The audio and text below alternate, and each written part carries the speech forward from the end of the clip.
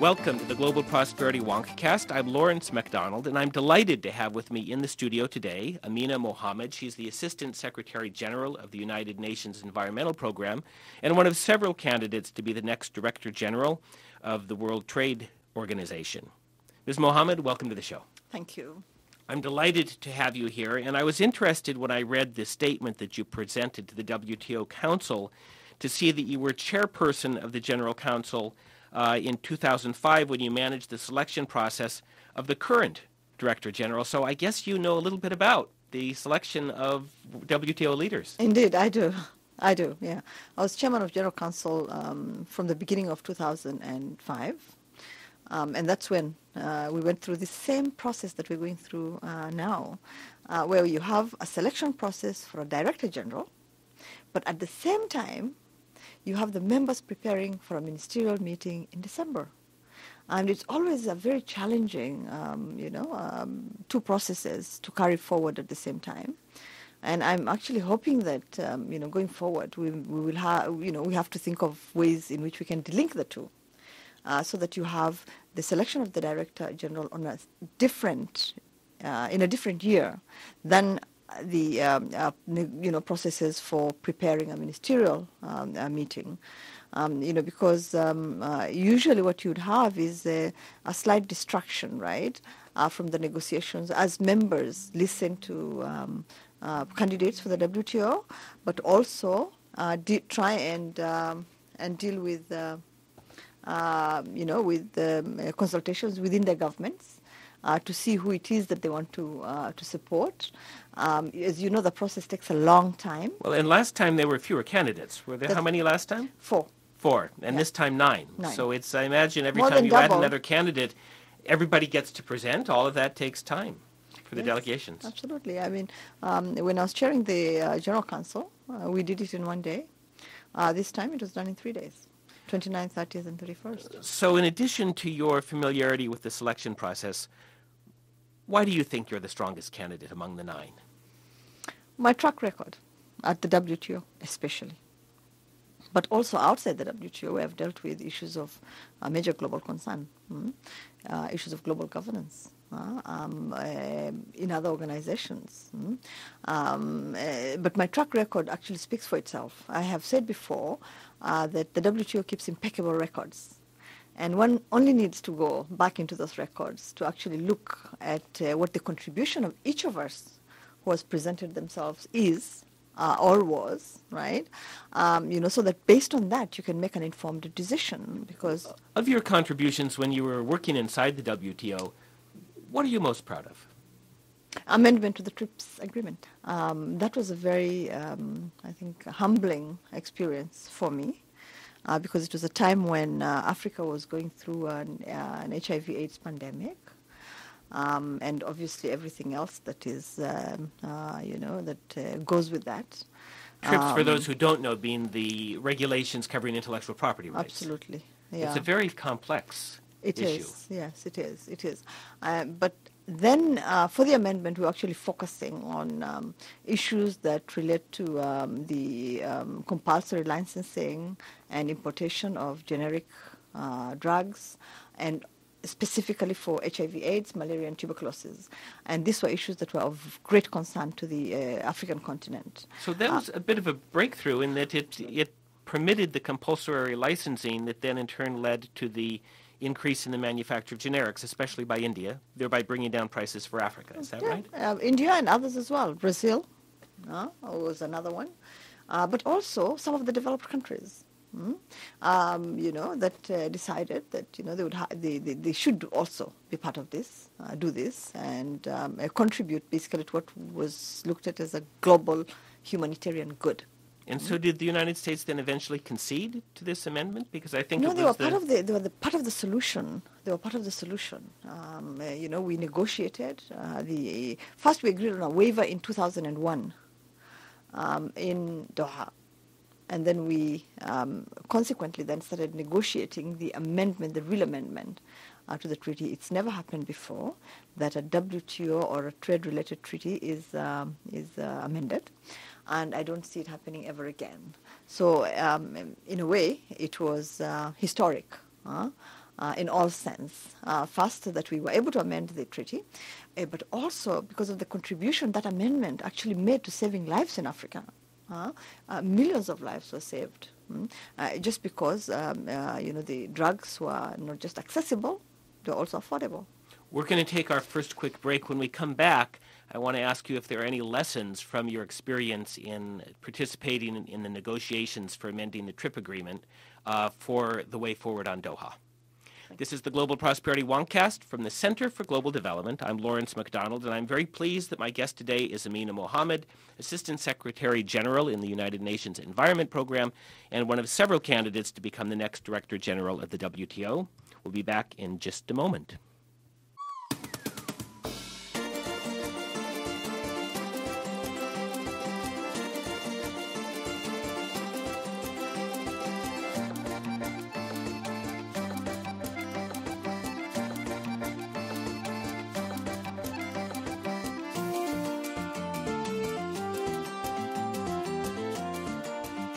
Welcome back to the Global Prosperity Wonkcast. I'm Lawrence MacDonald. My guest today, Amina Mohamed. We're talking about what she would do if she became the leader of the World Trade Organization.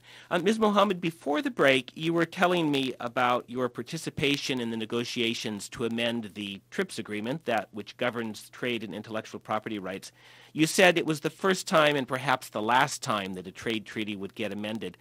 Do you see any lessons from that process for the major challenge facing the WTO today, which is to break the deadlock around the Doha development round? Yeah, many lessons. The first one being that I think for me it was the time that I realized that the WTO was not about dogma. It wasn't about rigidity, that it was flexible, that it could adapt, it could improve things, it could that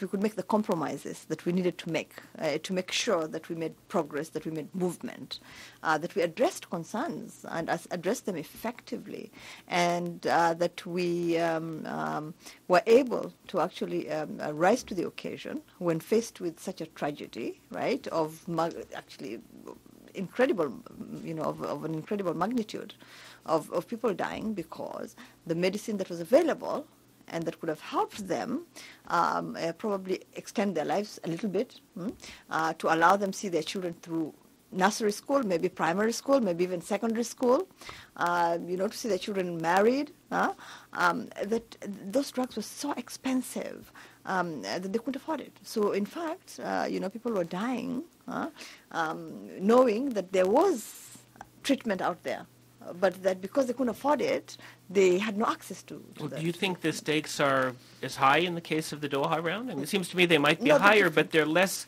acute, they're less obvious. Absolutely, and I don't know how so many... can we motivate a sense of emergency in order to get benefits for developing countries from the round? No, we don't need to do that. Actually, what we need to do is make sure that we conduct negotiations that are inclusive, that are transparent, that bring everybody around the table, where people actually feel that their contributions matter. We need to make sure that these negotiations take place mainly in Geneva, where governments have invested heavily to place missions to ensure that they have their trade experts there that can do the negotiations on a day-to-day, hour-to-hour basis. And, try and, just refrain from that temptation to always take these discussions elsewhere.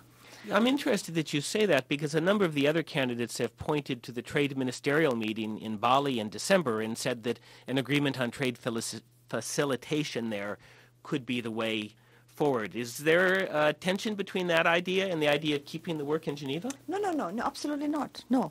I think that we should have the ministerials every 2 years. We should do as much work as possible. In fact, we should do most of the work in Geneva so that when we go to the ministerials, right, which are only 4 days. And actually, how often are they held now? It's not every year, I guess. Every 2 years. Every 2 years. So we should continue every 2 years, you think? We should continue every 2 years, but we should actually refrained from having the mini ministerials and the other small meetings that are held every, so often in different capitals in the world, with the expectations that in fact that would, break the deadlock. So leave it more up to the professional negotiators. Leave it there, because these professional negotiators, and I had a discussion on this morning actually with some of the negotiators in this country, have direct access to their governments. They talk every day, many times a day. They get the instructions direct from government, right? So there is an open, if you like, an open mic between governments and the negotiators in Geneva. It's not as if the negotiators are totally delinked from their governments, so that, you get this necessity of having these mini ministerials where you bring in ministers. Some people would say the mini ministerials create some pressure for action. It's 3 weeks away. We need to have something for the ministers to announce. Maybe we should really buckle down. Well, if that was true, we wouldn't have a deadlock for 11 years. We've had so many other meetings, right? We just had Davos in January, right, for half a day. But for me, it doesn't make sense. I don't know whether it makes sense to you that in half a day, ministers, 10 ministers. We have 159 countries, member states of the WTO. The 10 ministers meeting for half a day in Davos would break the deadlock. Well, that sounds persuasive to me. We're going to take our second break. We'll be back in just a minute. I'm Lawrence MacDonald, Global Prosperity Woncast, speaking today with Amina Mohamed, who is campaigning to be the next Director General of the World Trade Organization.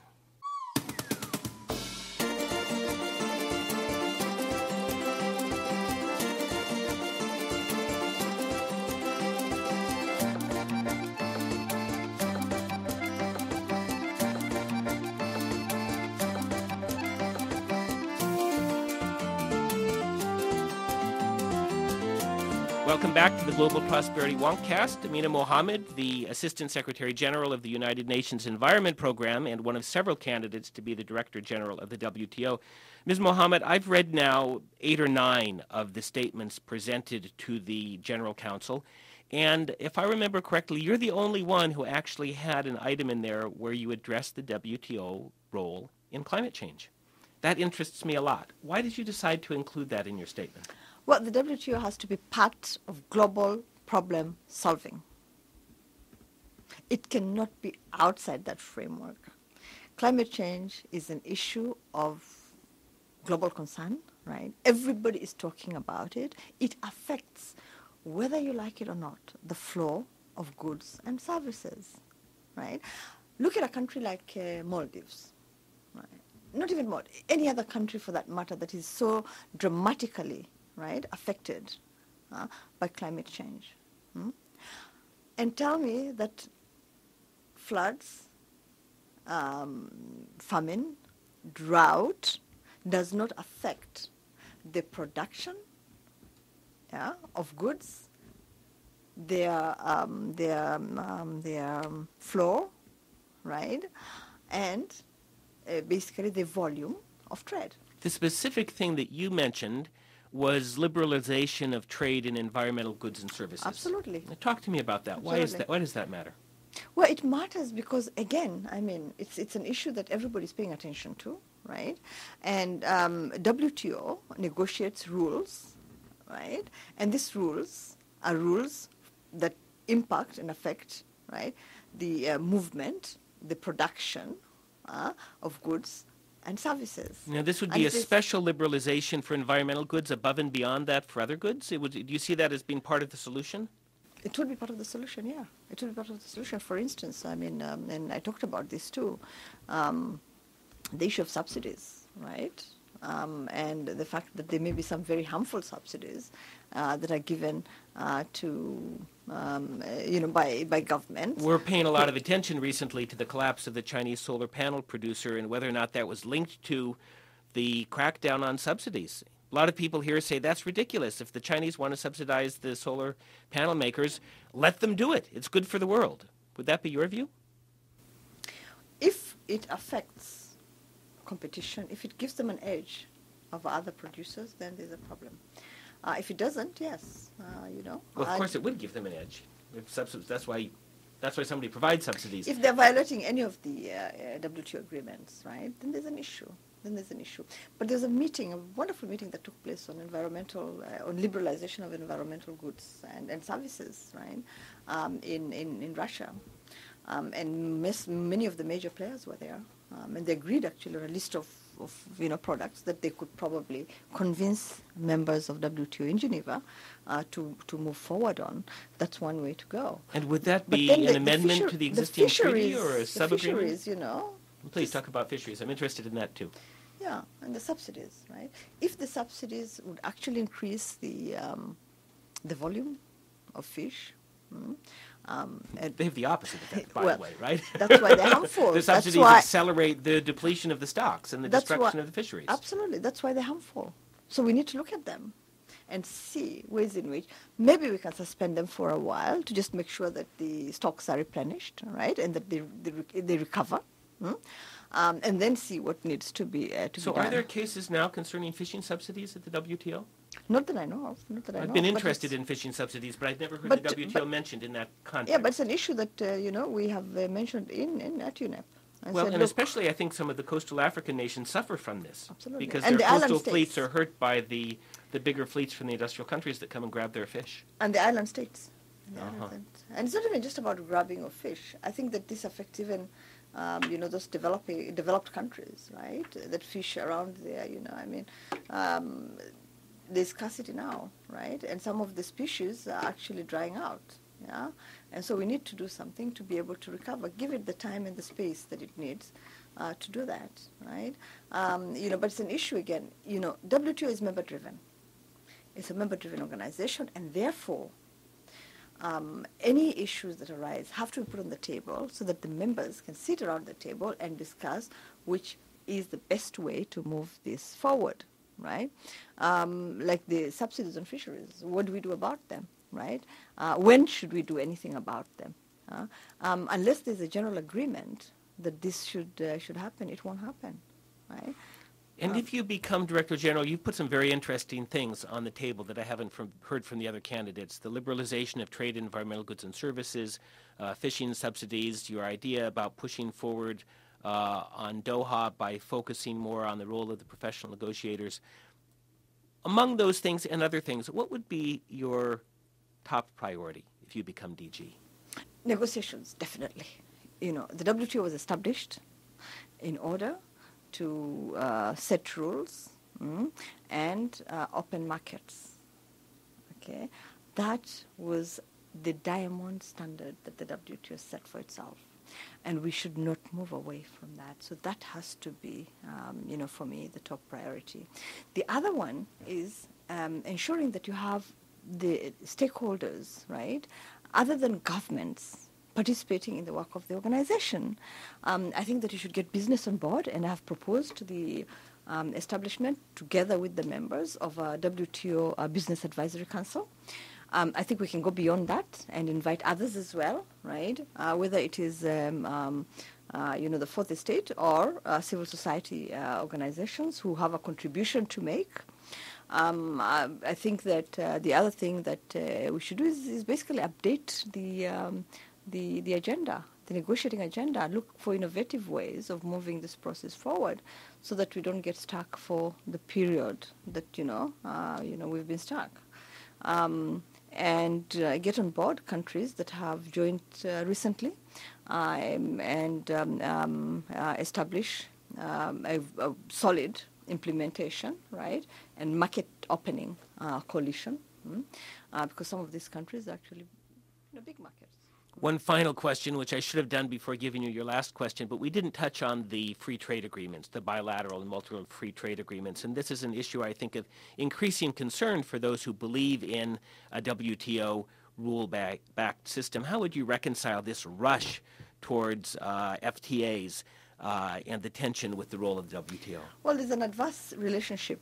And I also said that when I launched my campaign, between stalled negotiations and mushrooming of FTAs. Now, 90% of the membership of the WTO are involved in one FTA or another. So it's not new. The FTA and the WTO have and the MTS have coexisted for a very long time. What we need to just ensure is that, in fact, the primacy of the multilateral trading system, right, is not questioned, it's not in doubt. The other one is to make sure that, in fact, any trade agreement of any category, right, has as a basis the principle of non-discrimination, yeah, and that it's for economic welfare. Okay, if you can actually put those three, right, as the platform on which you construct trade agreements of any category, yeah, then you're safe. I've also said that if you are negotiating an FTA, one way of ensuring that the link is not broken between the FTAs and the MTS is to ensure that you don't create new dispute settlement mechanisms, that you actually tie the FTAs to the any new FTAs, to the DSU, right? So that the link is there, but also so that the standard that has been set by the dispute settlement understanding is actually maintained, and the legitimacy that it has and the credibility that it has, right? Is maintained. It's not questioned, it's not doubted, because as soon as you start creating others, right, it just means that you're uncomfortable with the DSU. And the DSU is one of the strongest pillars, right, of the world trade. The dispute settlement mechanism. Yes, the dispute settlement understanding is the strongest pillar of the multilateral trading system, so we should not lose that. Well, thank you so much. It's a real pleasure to speak with you today, and I know you have a very busy schedule, so I appreciate you taking the time to come and see us here at the Center for Global Development.